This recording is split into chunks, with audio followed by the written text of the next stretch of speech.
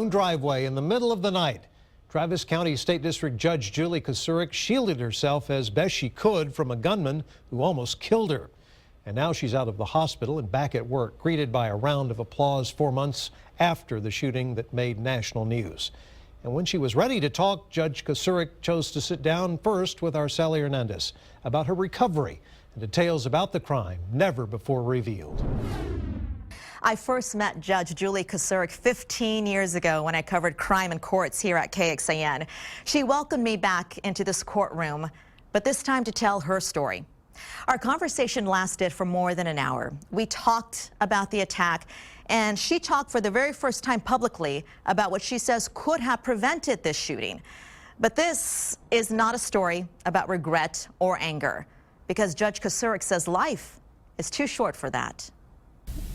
If I didn't feel safe, I wouldn't be back. It is a new beginning for Judge Kocurek. Once you hear how it all nearly ended. It was the most terrifying moment of my life.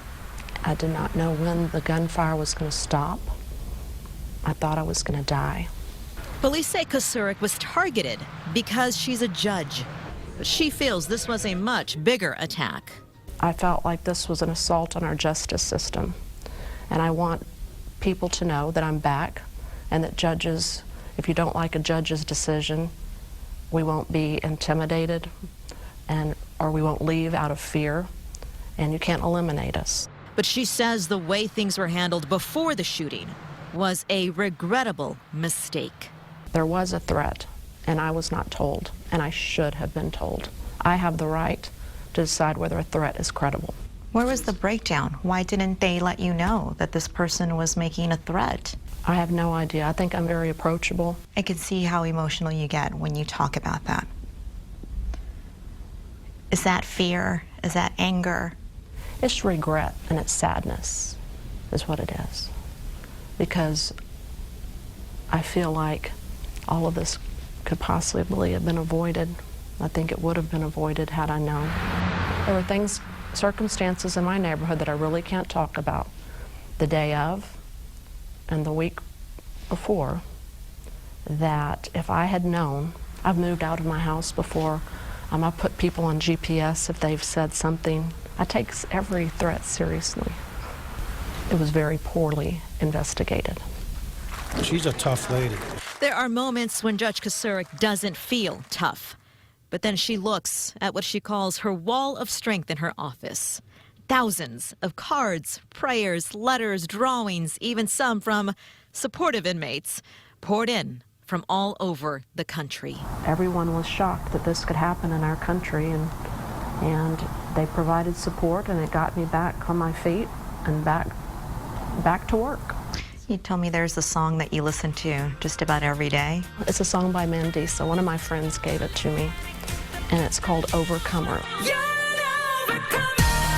It is a form of motivation, a song that captures people overcoming adversity. So the whole song impacts me. I mean, I watch it from beginning to end.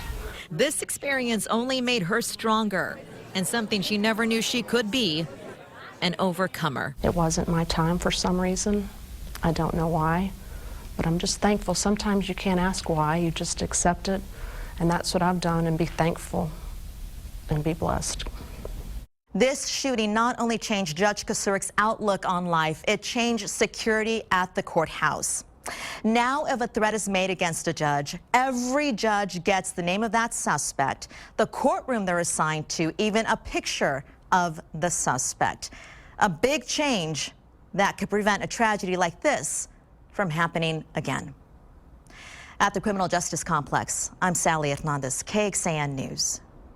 Thanks, Sally. Judge Kocurek also says the threat in this case did not mention her by name, but investigators did have the name of the person who allegedly made the threat. She says it's a name she would have instantly recognized had someone told her, because he was in her courtroom 7 times in 1 year. Authorities have not charged 28-year-old Chimini Anyeri in this case, but do call him a strong person of interest. He's now in jail in Houston on an unrelated charge. The Travis County District Attorney's Office originally said it could not verify a courthouse threat that came in weeks before the incident happened. As a result, the Sheriff's Office said it did not investigate further. Remember, this is a case we've followed for 4 months now. Check out our complete coverage now at KXAN.com.